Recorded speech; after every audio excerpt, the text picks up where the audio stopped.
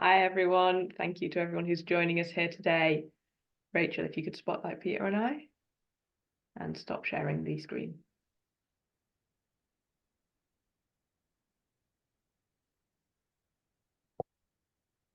Great. So, hello, everyone. We are hugely thrilled to have you here with us today. My name is Sian Leary. I am Head of Communications and Advocacy for the World ME Alliance. I live with ME myself. I have done for over a decade now, and I'm really thrilled to be here with you today. And I'm also really proud and honoured to be part of this community and movement that we are building together. Nice. And my name is Peter. I'm speaking to you from the Czech Republic, where I co-founded the local patients organization, foundation called Neunavní, which translates into Indefatigable. And yeah, even though I'm not a patient with ME myself, it doesn't, stop me from recognizing the need for change and basically the desperate, need that we all need to bring across the world. And that's ultimately the goal of the alliance. And I'm very excited to see how quickly it's growing. I think 2 years ago we had some 11 member organizations. Now we have almost 30. We have 28 member organizations from across the world, across 20 countries. And I feel like every month we have a new joiner. So that's very exciting to see. Thanks to this alliance, we can also see a lot of supporting work being done across the world in different countries.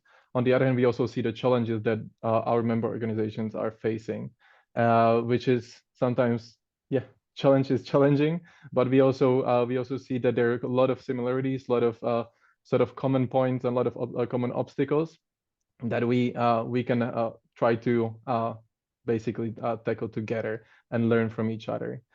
I think, our big goal is to, thanks to the international sort of platform that we have, our goal is to bring the fight to the international bodies like the World Health Organization. And we're hoping to be able to speak on behalf of not just our member organizations, but also the patients that they are representing.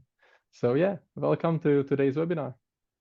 Brilliant. So today we're going to hear from a few of our member organizations who are going to share some of the most powerful and important projects that they have been working on. And we want to use this time to demonstrate that there is a huge community working for people with ME everywhere, that change is happening, albeit too slowly, and we know we need more, we need faster, and we hope to be part of creating that. And yeah, to share what we get to see in our World ME Alliance meetings and the kind of hope that that brings. So we also want to draw your attention today to our call to action. We need your help to reach officials who work with the World Health Organization in your country. So we've got guides available on our website if you go to worldmeday.org, and they're available for each country in the world with a template email that's got information specific to your country so that you can become a global voice for ME. And that's our theme this year. We are building a global voice for ME. So please do take a look at our website. That's worldmeday.org to find out how you can get involved. Let's hand back to Peter. Beautiful. Yeah, well, from me and Sian, we'll be sort of navigating you, and we'll be walking you through today's webinar. But we also have a lot of lovely speakers from different parts of the world. We have people from South Africa. We have a lot of people from Europe. We also have the US. The UK, still part of Europe. But yeah, we have a lot of prepared for you. So stay tuned. But first, a speaker is Ellen from Millions Missing France. So welcome, Ellen. She'll be talking a bit about the legal and moral support they are trying to provide to the families with children that are suffering with ME. So, Hélène, bonjour, and it's yours. Thank you very much, and hi, everyone. I'm very pleased to be here representing Millions Missing France and to take part in this Bridging Borders event. So indeed, today we want to focus on pediatric myalgic encephalomyelitis and highlight medical and institutional abuses on children and young people suffering from ME in France. So in France, there are still no official guidelines related to ME and neither medical training. The chronic fatigue syndrome is still taught as a functional somatic disorder, which means that patients imagine having a disease and invent their symptoms. So patients are prescribed exacerbating treatments such as effort reeducation.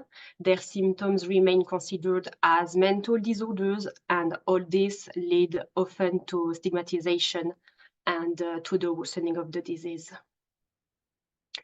Due to this medical and institutional negligence, the situation is even more serious for children and young patients suffering from ME. The denial about the disease is maintained by leading clinicians occupying decision-making positions and resulting in human tragedies.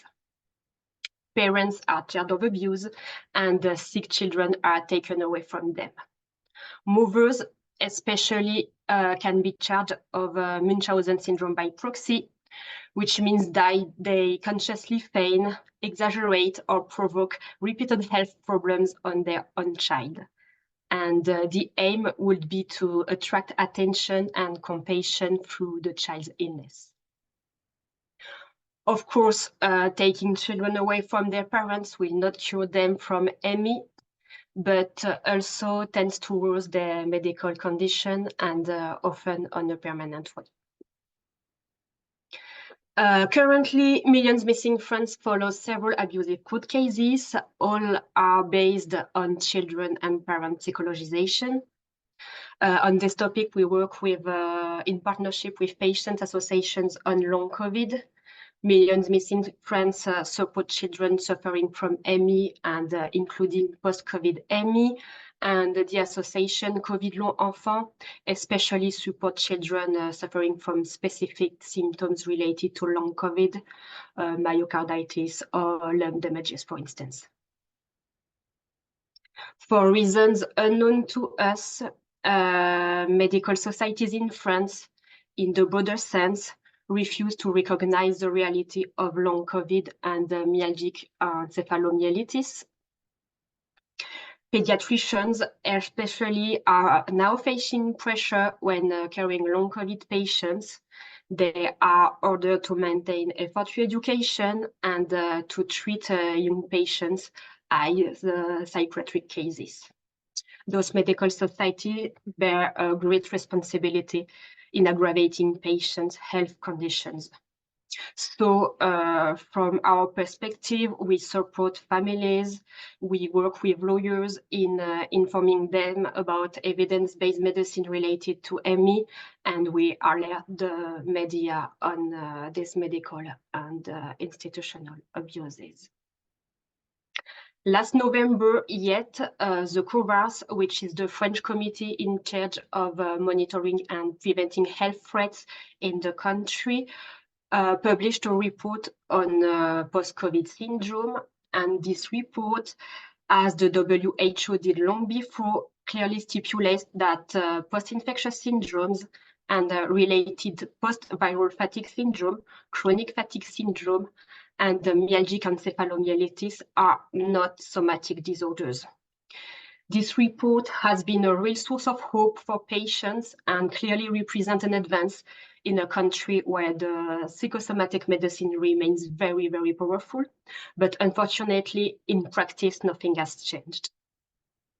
So ahead of the World ME Day 2024, we urge French health authorities to make clear, fair, and justified commitments on myalgic encephalomyelitis. We especially want them to stop psychologizing patients and to act on the COVAS recommendations in caring people suffering from post-infectious syndrome, including myalgic encephalomyelitis. Thank you for listening. Thank you, Len. That was a really important report on the work that you've been doing. And I think it's important to say that we see these issues globally, that lack of trust, that stigma is snowballing to have such an impact on families, particularly those with children with ME, but on adults with ME too. And yeah, we're really grateful for the work you're doing in France, and we hope that we can, continue to lend our support to that. Next up, we've got a report from South Africa, from Sam and Lindeni, who are part of Melkusa there, on their Sick Pride event that happened last November. So I'll pass over to them, but I'm really excited for them to share a bit about the history of some of these movements and what they are doing in South Africa. Sanbonani everyone. I am Lindeni Kabela from Melkusa, ME and Long COVID, Unite South Africa. And I am Sam Pearce. Together we are the South African representatives to the World ME Alliance. I'm also a Long COVID ambassador of Melkusa. I have been sick since 2020. And I've had myalgic encephalomyelitis since 1992. Around the world, people with energy-limiting conditions such as ME and Long COVID are suffering similar stigma and neglect to people living with HIV in the 80s and 90s.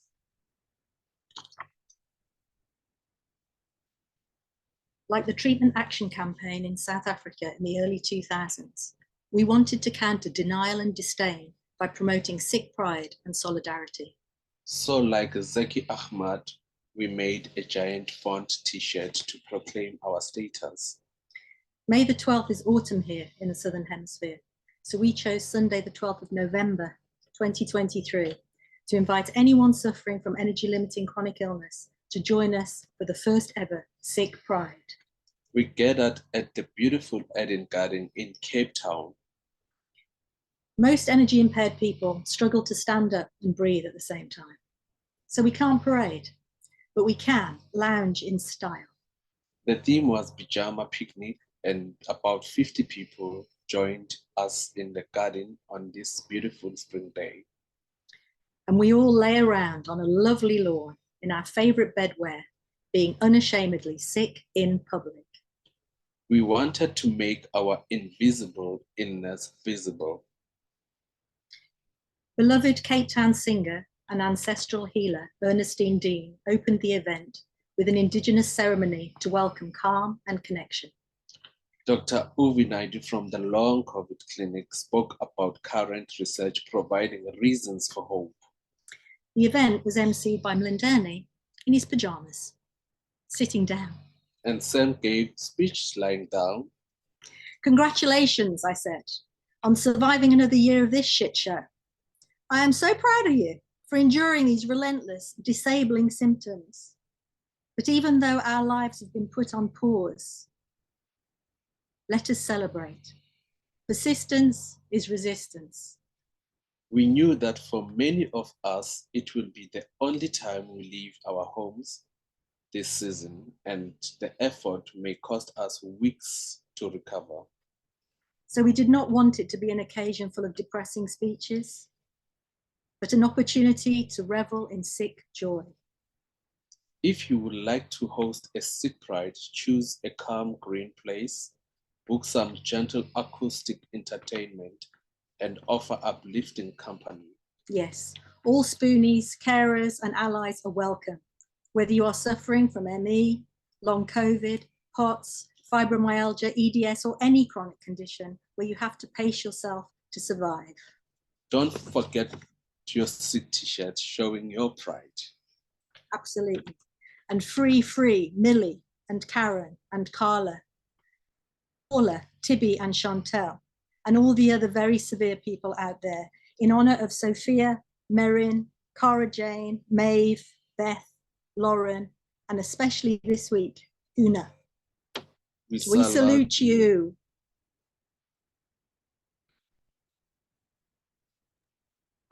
Thank you, guys. Well, first of all, big congratulations on the event, and also thank you for doing it. For everyone who would like to follow Sick Pride on Facebook, you can look them up. Sick Pride, all capitals, and they will be there.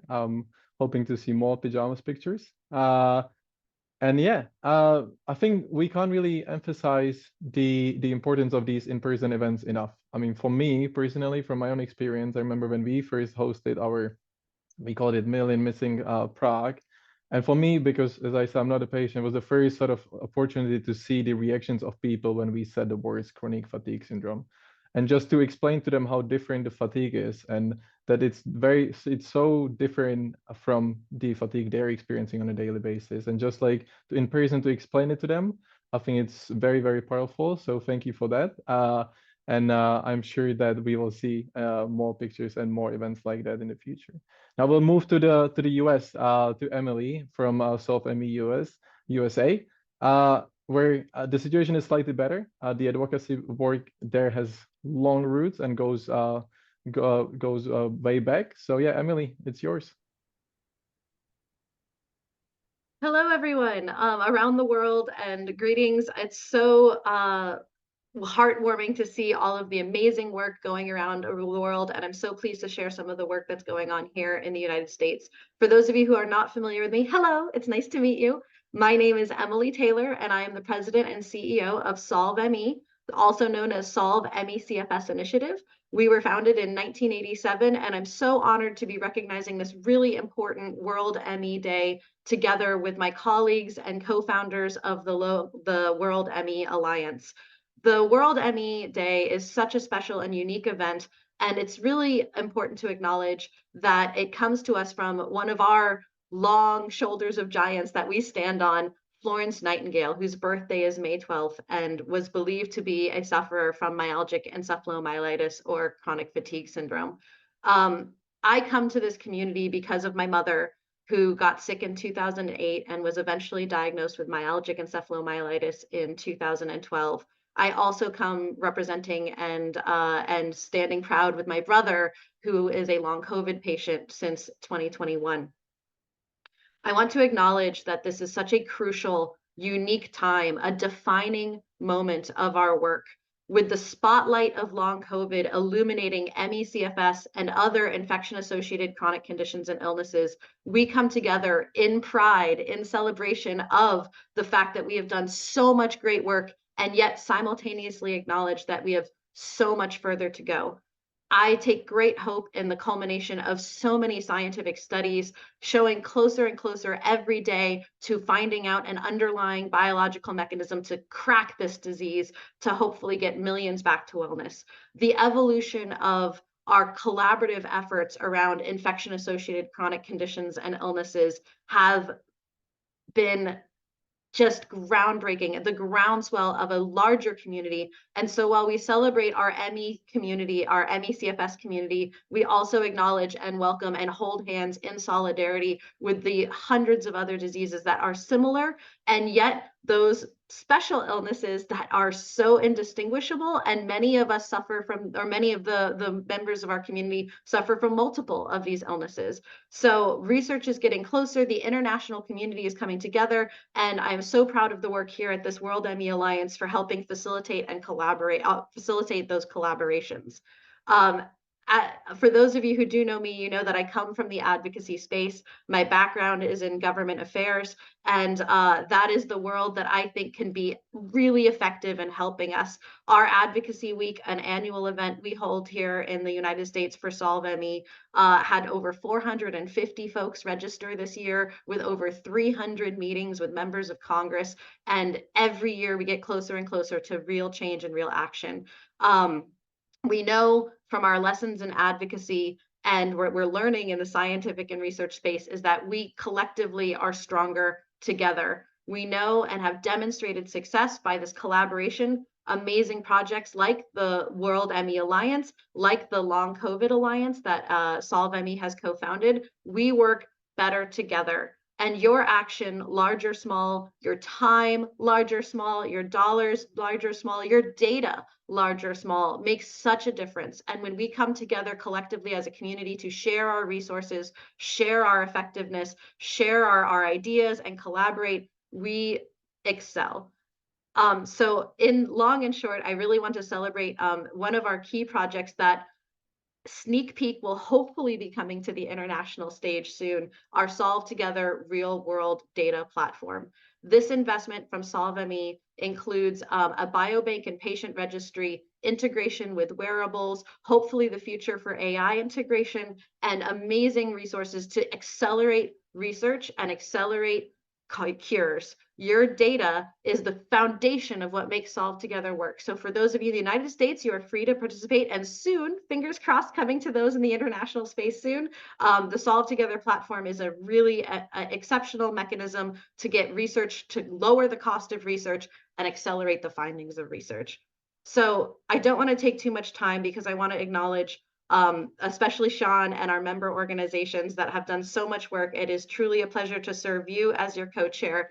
And I want to just express my gratitude to all the advocates, to all the researchers, to all the scientists, to all the allies, and most importantly, to all of the patients who, so beautifully said by our previous friends in South Africa, persistence is resistance. And every day we work harder to finding an answer to getting you your life back. I just want to reaffirm my commitment to making sure that patients like my mother have their lives back as soon as possible. And I do truly believe that we can find an answer with the right resources and the right commitment in their lifetimes.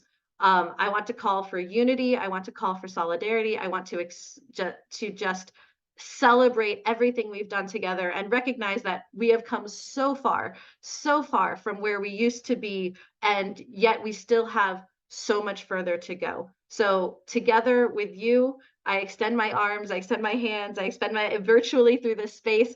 I embrace you all as my friends, my colleagues, my community, and I am just thrilled to, in this new role, and also with this amazing group of the World ME Alliance together, make a strong difference and forward progress, so that hopefully someday the only place you'll read about ME/CFS is in the history books.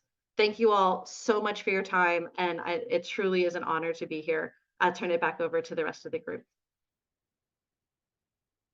Thank you, Emily, so much for that. I think, yeah, there's a few things that really stood out in my mind from the past couple of speeches, but it's really important to understand the stories behind the individuals that are working in this field. And I think that's a real strength of ours as a World ME Alliance, that we've got so many people with lived experience involved. And, you know, as has been said, our community is really our power. So we want to draw your attention again to our call to action and to get involved via our website, worldmeday.org, because you have a voice, you have the ability to make a difference and to be part of this movement that is growing. And we're seeing emails flying in from all over the world to us and to representatives involved in the World Health Organization for lots of different countries. And we hope that through that, we're able to start building connections with countries so that we can get them to become a global voice for ME, so that we are working, you know, collaboratively across borders in the best way that we can. And yeah, there were some words at the end there that Emily mentioned: unity, solidarity, and celebrating our wins while recognizing that we have a way to go. So I think we do have to, you know, acknowledge that we've got a hell of a long way to go, but also be proud of what we're doing and where we're going along the way and how we're doing that along the way. All right, next up, we've got Martin Hipper from Germany. He's part of an organization called Mirror Me Arts that is, a growing organization. They were founded about a year and a bit ago now, I think.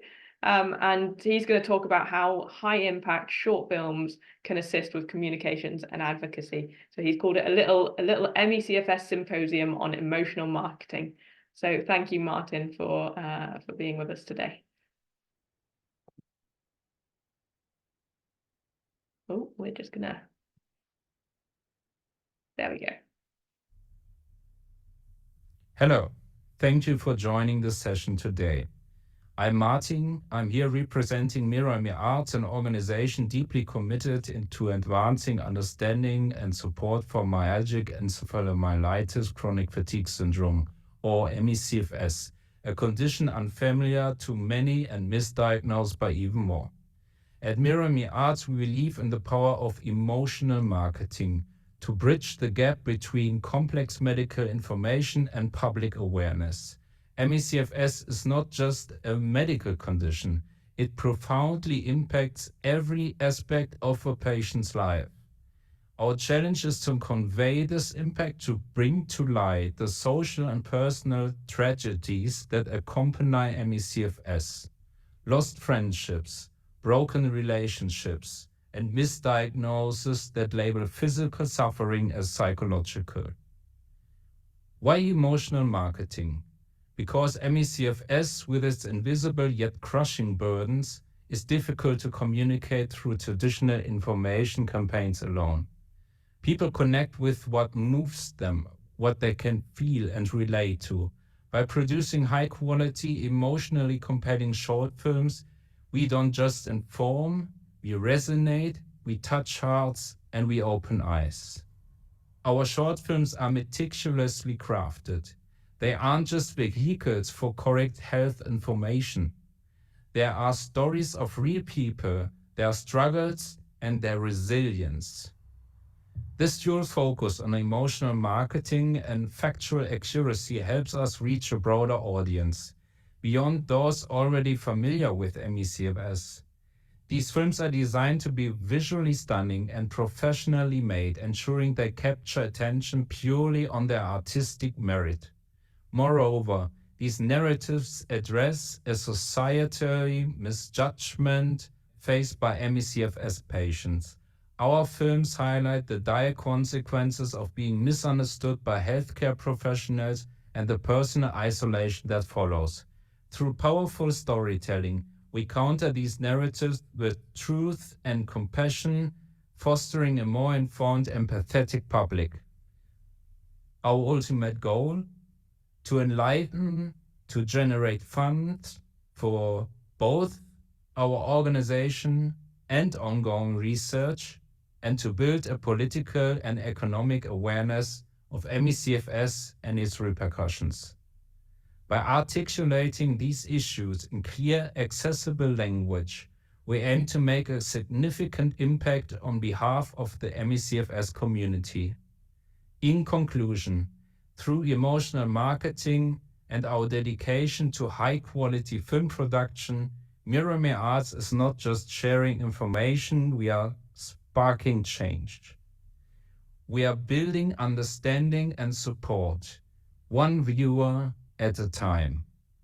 Thank you for your attention and the opportunity to share our mission with you today.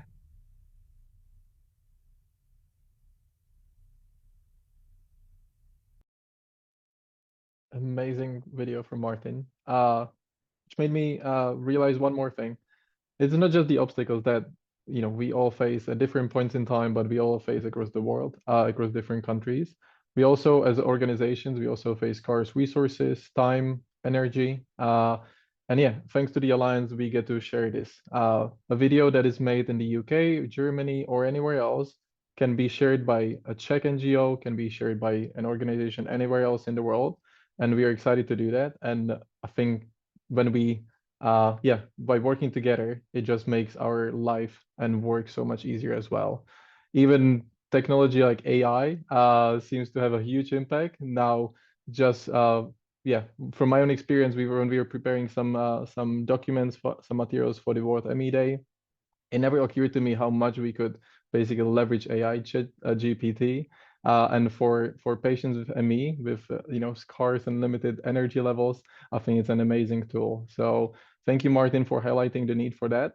As a sort of confirmation of that, we also prepared a video with participants from across the entire globe, small videos to also highlight how many voices for ME there are across the world and how many patients there are and what their stories are. So keep an eye out. We'll be sharing this on the World ME Day, 12th of May, this coming Sunday.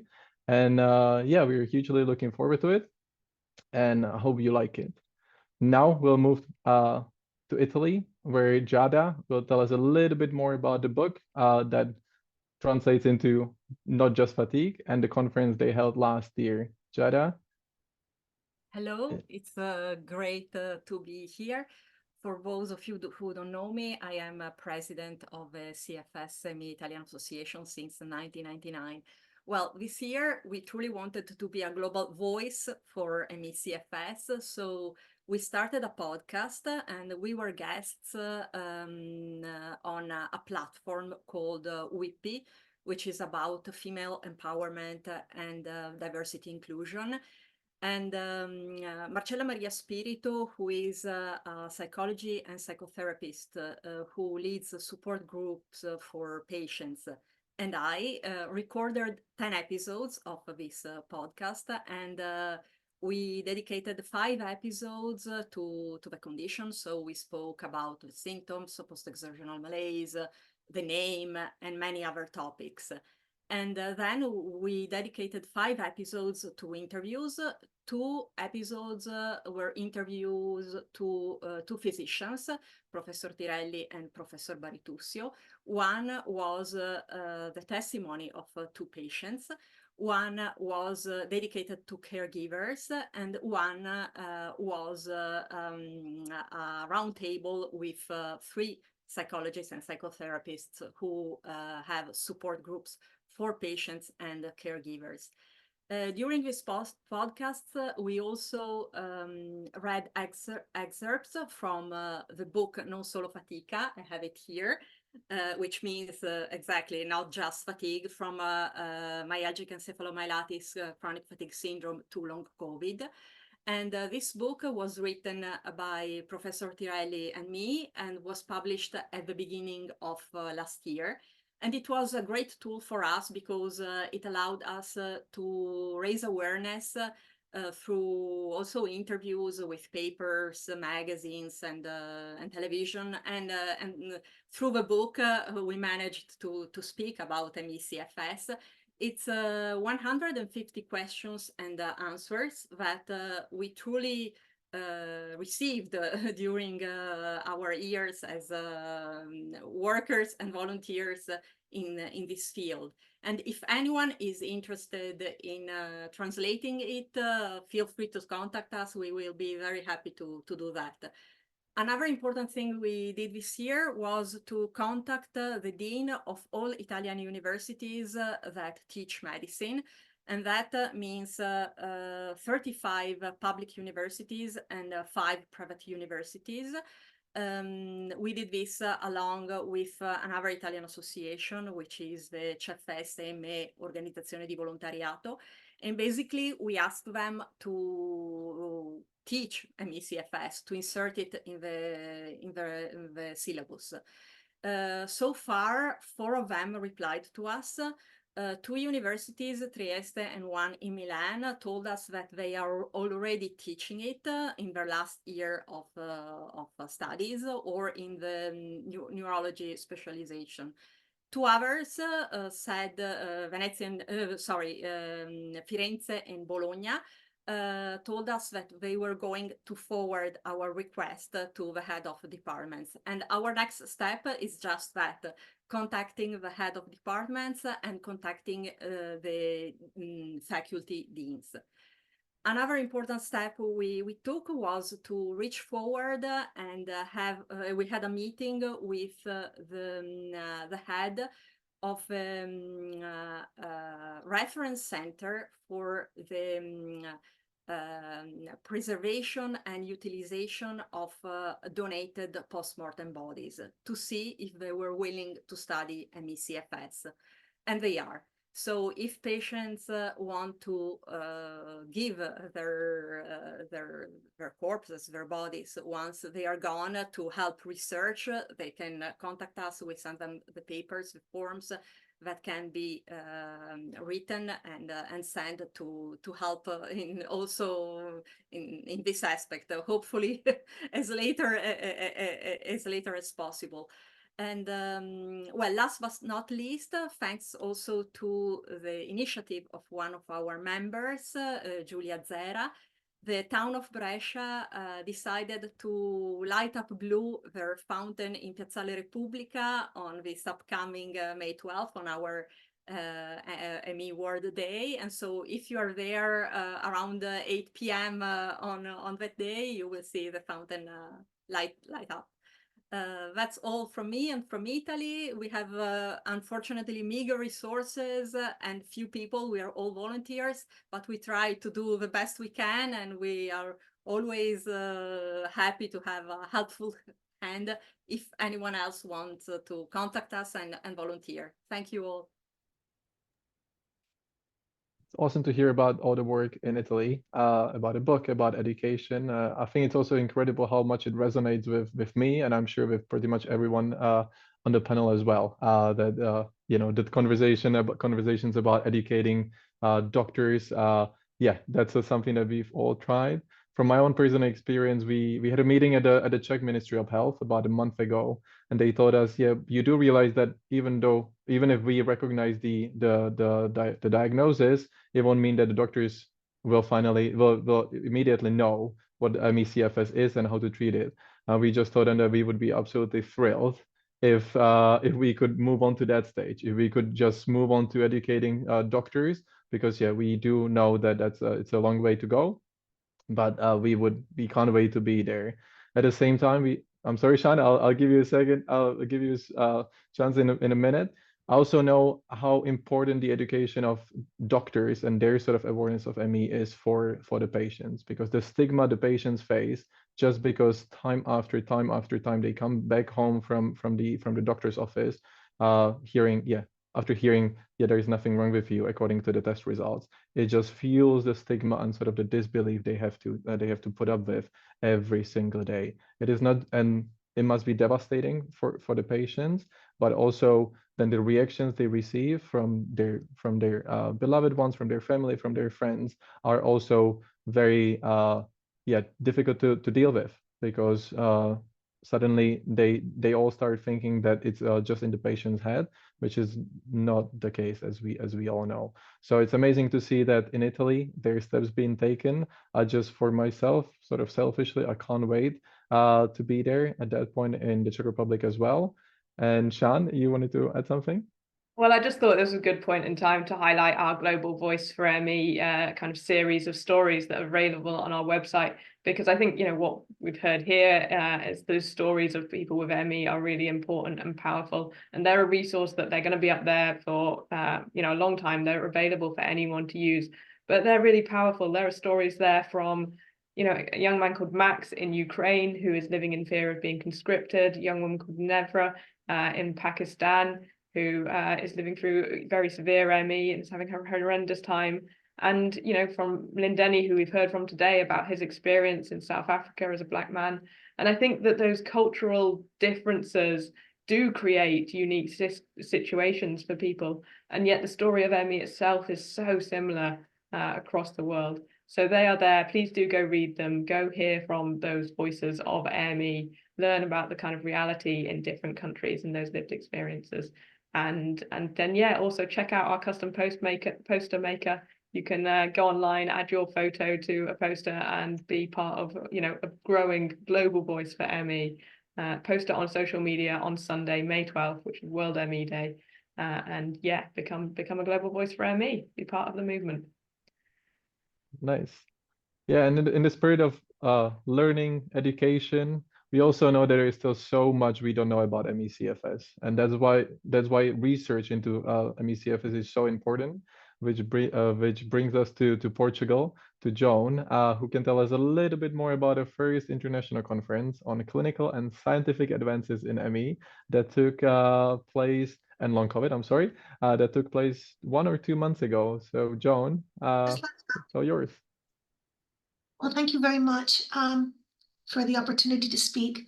And I wanted to start off by thanking what I really believe is a beloved community in the World ME Alliance, because many of you contributed in many different ways to this conference. We were fortunate to have some present, Sonia and Sean, which is, Sonia was on video, but it was like if she was in the room, and Sean with us. Also, we had lovely videos that were prepared by Malcusa and Giada. Mirame Arts helped us with engaging conversations, Millions Missing Mexico, Millions Missing France, the Dutch ME Association, and all of the Brazilian colleagues as well. So it was really amazing because you were all there present. So I thought I would describe a little bit of the history behind this unlikely conference that was largely an organizing project that began several years ago, and then what have been some of the lessons learned and next steps. I mean, this conference was purely patient-led. It grew out of a bottom-up collective, non-affiliated, with no institutional linkages of any sort. And it really came out of the collective worries of people in our Facebook group, the Facebook support group, in our effort to try and educate people that were sick with this illness in Portugal and Brazil about what are some of the evidence-based treatments, what are some of the existing publications that we should be disseminating to providers, how do we approach interactions with clinicians, and how do we provide support amongst ourselves. So out of that, of course, came the identification of the sort of true champions, and the sense of were we to establish a conference, who would we want? Who are the credible clinicians that have, superb interaction and believe in patient empowerment? And who are the researchers that are moving this forward?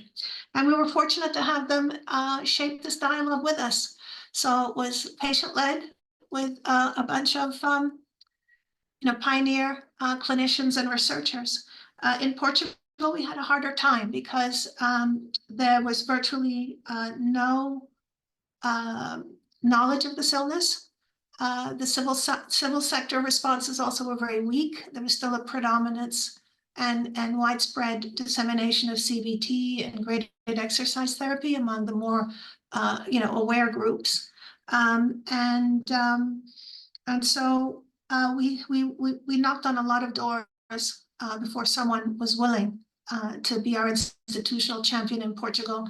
And that was the University of Lisbon's Institute for Evidence-Based Healthcare. And then slowly we brought on various actors. MIOS came on board, the National Portuguese Association for Fibromyalgia and ME/CFS. And then we were able to put together a very good scientific advisory committee, which was interesting because here again, it was patients educating these eminent deans and scientists in Portugal about an illness that they knew nothing about. But in the course of learning from and participating in, they began to develop some type of interest. So this is interesting because this event in Portugal has been described by many in the medical and scientific community as being, in the history of their sort of collective memories, the event of the highest quality seminar in terms of the illustrious careers, the clinical experiences, the publications records, the pioneering work of all of these clinicians and researchers.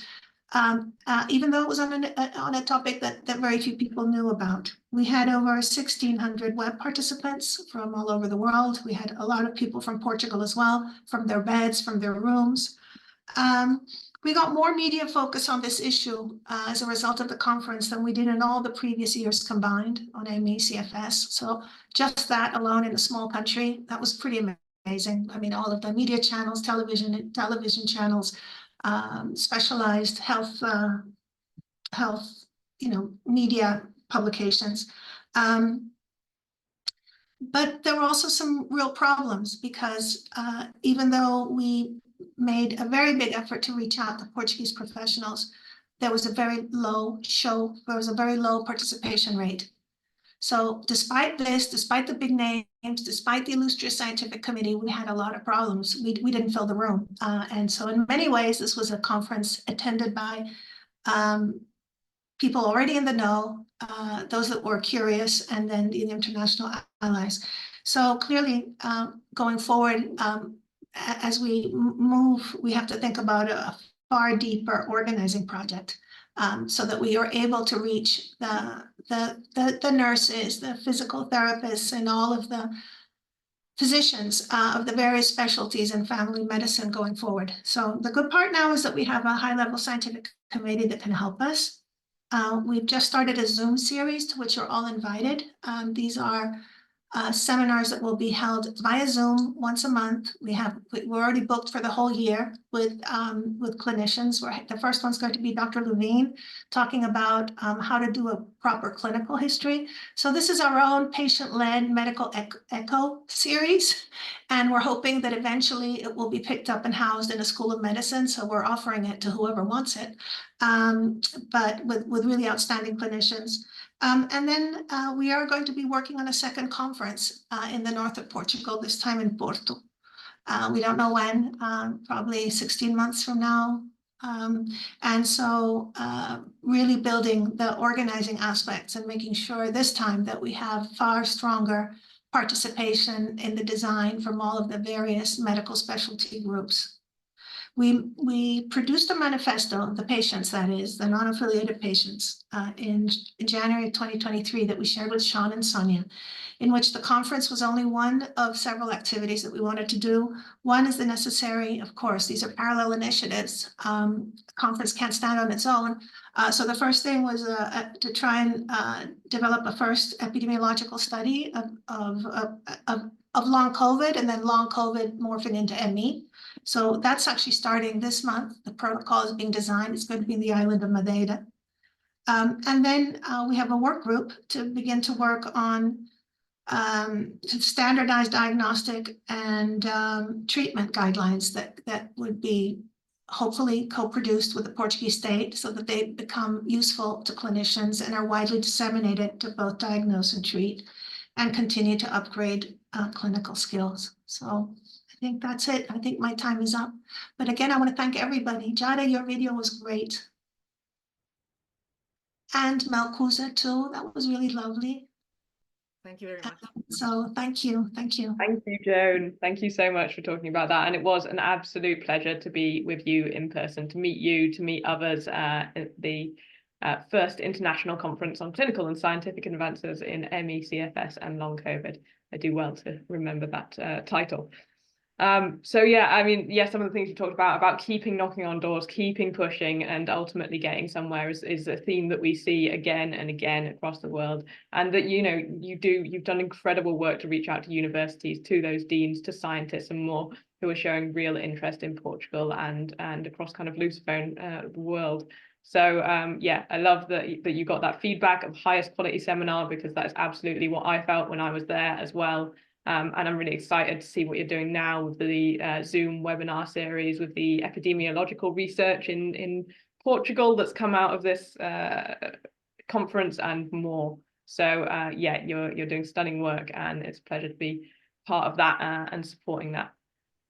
Next up, we've got Sonia Chaudhry, CEO of Action for ME in the UK, and she's going to talk to us a bit about their parliamentary champions work and what's been happening with the UK government delivery plan for ME. So, Sonia, over to you. Thank you, Sian. I'm delighted to be here. It's fantastic for us to have our first World ME Alliance event.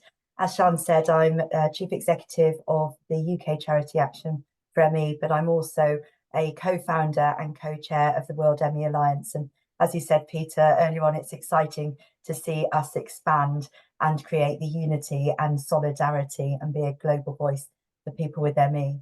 A year after I joined the charity, my youngest son got a chest infection, never recovered. So I've also been a parent and have direct lived experience of a child with ME for the last 10.5 years.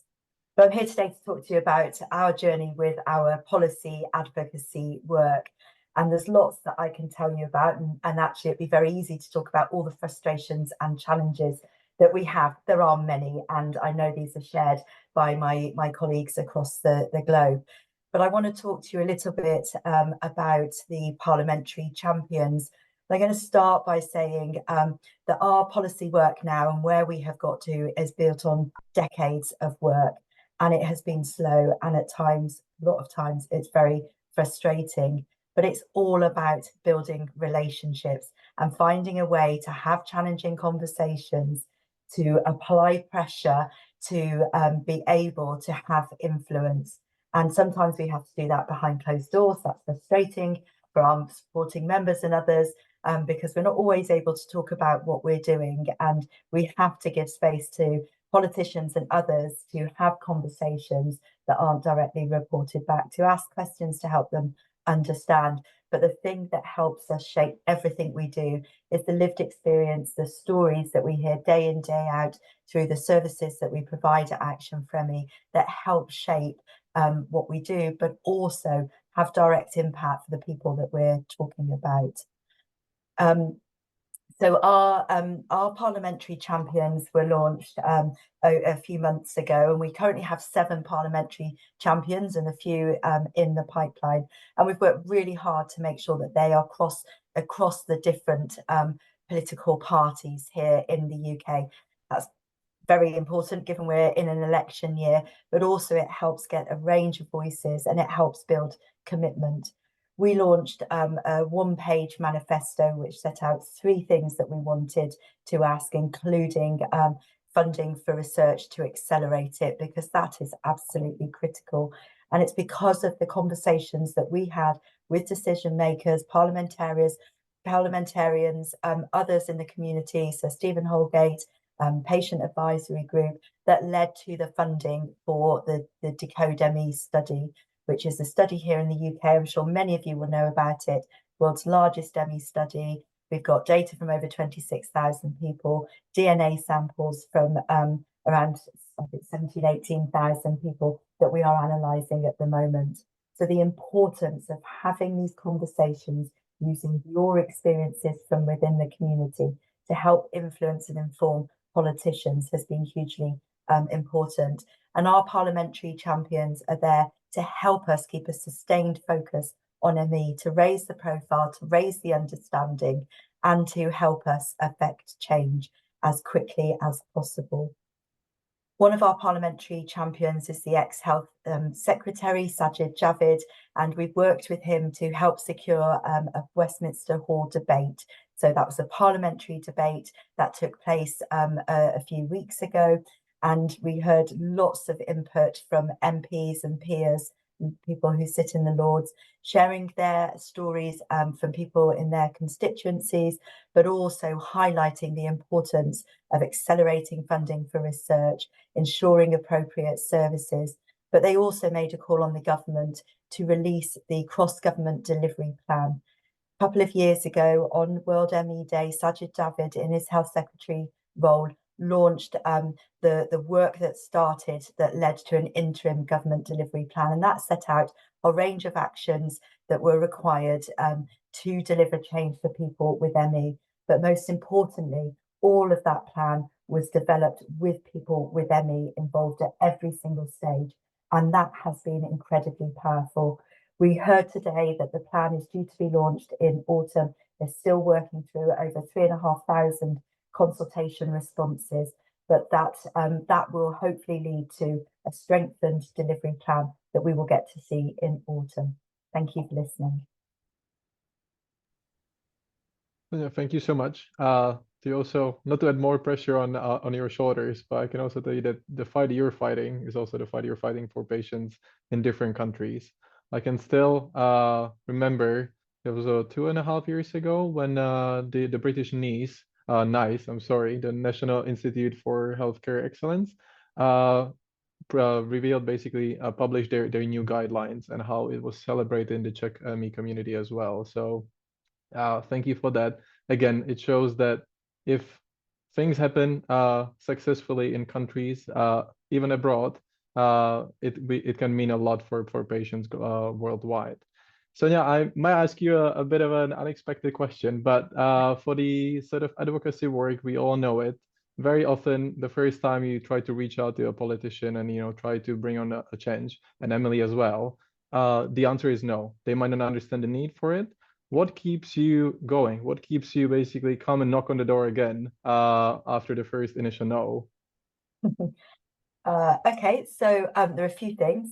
The first thing is I see the pain, the suffering, the travesty of justice that everybody with ME, as either themselves, the carers, and even professionals working who want to do the right thing, supporting individuals, that I see that, I feel that, I live with it on a day-to-day basis. And that really drives a level of persistence. But also, I think over years of having done this work, not just in the ME field, you learn how to navigate those relationships. You have to be persistent, you have to be resilient, you have to take knockbacks, but you have to find ways of capturing people's interests. That's through the stories of people's lived experience. It's through finding things that they're interested in. All MPs will have constituents that have ME, talking to them about their experience, understanding what makes them tick. Gradually over time, you can start to build those relationships. And actually some relationships are easy because the door is open and they say, what can I do? I want to help.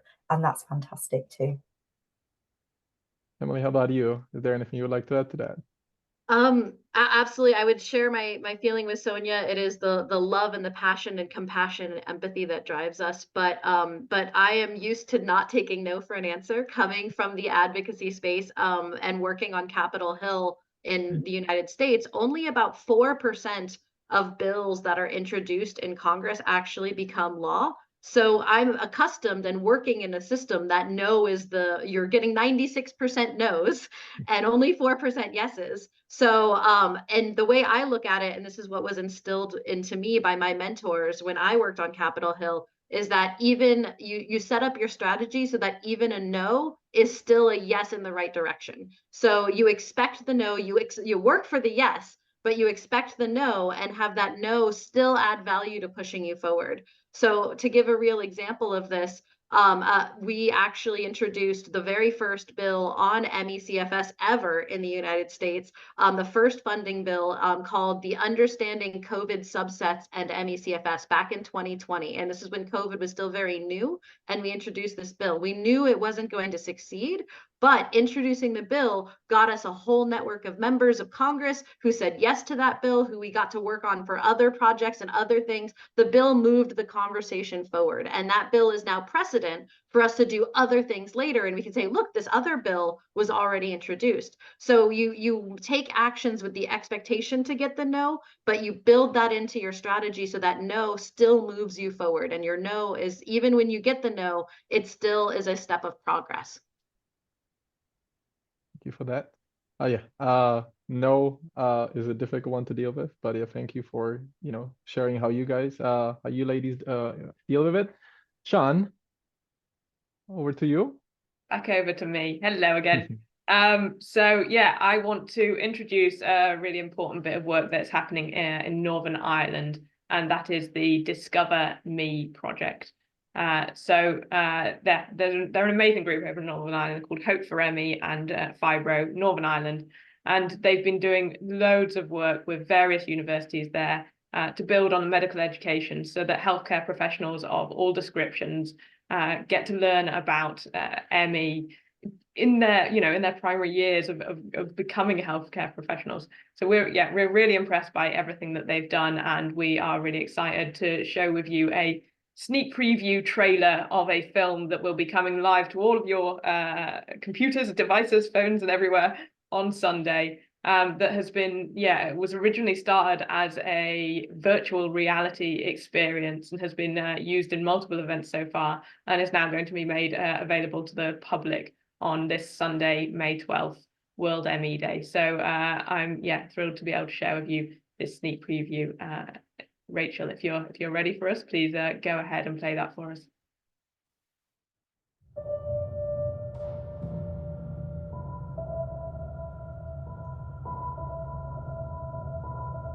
I was plunged into a world I never knew existed. Overnight, I went from living life to the full to being rendered bedbound.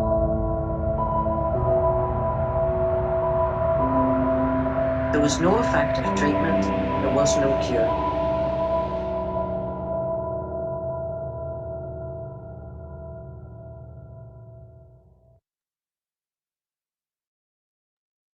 So that is set to be a really exciting video. I know I've had the privilege of seeing the whole thing. It's really powerful and moving. And I think I want to just take a moment here at this point in our live event to recognize those with the severest forms of ME, those who won't be able to watch this event, who are in dark rooms with no sound, no noise, those who are struggling to eat and in severe pain the whole time, because I think it's hugely important that we recognize the range of severities and that we don't forget how truly awful this can be for some. So thank you for all of those who are persisting through such a state, and we love and respect you.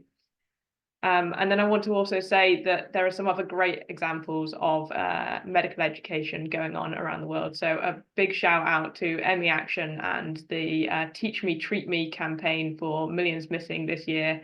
You're doing awesome work, and it's great to see ME being taken into a load of different hospitals, medical education centers, and more across the world. So stunning work there. If you want to check out their work, head over to meaction.net and find out more about the Teach Me, Treat Me campaign. And I think that's heading towards a wrap from us. So I'll hand back over to Peter, and we'll go from there. Yeah, I mean, we've heard a lot from you, Sean, as well, and I would like to hear a bit more. I think it wouldn't be fair we, didn't give you the chance to shine. You've been with the Alliance for so long, and you've seen so many organizations come on board, and you've basically seen the Alliance grow. So, what can people expect from the Alliance as we are growing, as we grow? Okay, so expectations. I mean, firstly, look, we're going to continue to be a space where ME organizations can come together, can learn from one another, and can grow together. And I don't think it can be understated how important this collaborative cross-border approach is and will be as we move forwards. Secondly, I think with your help through our calls to actions and with the growing number of people that we have involved, we will keep pushing at the doors of power in the World Health Organization, in other international bodies. And yeah, we see, building the grassroots is hugely important to us, but we want to see top-down change too, and we know what an impact that can have. So seemingly small steps from the World Health Organization have the potential to make a really meaningful difference to our member organizations' work in the ground in countries across the globe, and particularly in countries that have really limited recognition of ME at present. So yeah, as a kind of collaborative body, we can lend credibility to the work of others. I think we've already heard a bit about the impact that this has had from Joan in Portugal, from others. And we know that kind of where organizations have been able to say, look, we are backed by the World ME Alliance. This brings a weight to the advocacy work that they're doing. And we've worked together to kind of challenge other issues that are taking place in countries too. So where one country is facing a particular challenge, we have been able to work collectively to make statements or other things so that we can help and support that country to improve things for people living there. So we're going to keep growing. We're going to keep ensuring that people with lived experience of ME are at the forefront of what we do. We're going to keep building a space for those who are severely ill to participate in our strategy setting and more. And that, this is always going to be a core value of who we are and what we do. So yeah, you can expect us to keep showing up, to keep pushing open doorways, keep building space together to improve all of our work and to keep growing with you alongside us. But yeah, Peter, you've been with the Alliance for around 18 months now, I think. So yeah, question back to you is, during that time, what's put the biggest smile on your face? It's gonna be a bit funny, hopefully. No, I remember when we were starting our organization in Czech Republic about 4 years ago, and one of the first things we inevitably had to do was to look abroad. What are the things that other organizations are doing? What are they offering to their patients? And yeah, we looked at organizations like Action for ME. We looked at all the Millions Missing events. We looked at Emerge Australia and many others. And many of those organizations are member organizations of the World ME Alliance as well. And now it's sometimes I catch myself just smiling when I realized that we're in a virtual room together, and we're working together, and we are working together towards making a change and bringing a change for the ME community. So selfishly, that's made me happy and proud at different points whilst we work together. Well, that is delightful to hear, and it continues to be a pleasure to work with you too. So I'm really glad that we're doing this together and excited for what's to come in the future. So yeah, I want to say thank you to all our speakers. I want to call people back to our call to action this year for World ME Day, which is on our website and is an action asking you to get in touch with the person in your country who's in charge of working with the World Health Organization. And we've got a guide available for every country in the world. So please do head over to worldmeday.org where you can find that. You'll also find a custom poster maker over there so that you can become a global voice for ME too. And we've got other resources available, like a fact sheet that I think is in 8 languages at the moment. And that's a real good, just kind of basic information about ME that's high quality and hopefully fairly well designed as well. And then yeah, on Sunday we've got our own campaign film coming out, and that has been created through people with ME across the world and carers and allies sending in videos of themselves. So it's a really collective action And so we are hugely excited to share that with you on Sunday, May 12th, as building a global voice for ME. Peter? Yeah, well, finally, there is not much left to say. Remember to use the hashtags, hashtag World ME Day and hashtag Global Voice for ME. Once again, thank you for everyone who's participated, who's joined us today, who's watching this, who will watch it in the future as well. Big thank you also to Rachel, who helped us with the technical side of things. And Rachel, do you wanna perhaps pop up the screen with? Yeah, so here you have the hashtags. You can also look up the World ME Alliance on Facebook, Twitter, or worldmealliance.org. And yeah, Sean, correct me if I'm wrong, keep me honest if I'm skipping anything. No, I think, there's more events taking place over the next few days. I know, Peter, that you've got an event in Prague on Monday. I know I want to do a shout out to the Unite to Fight conference taking place next week, to all of the Teach Me, Treat Me actions again.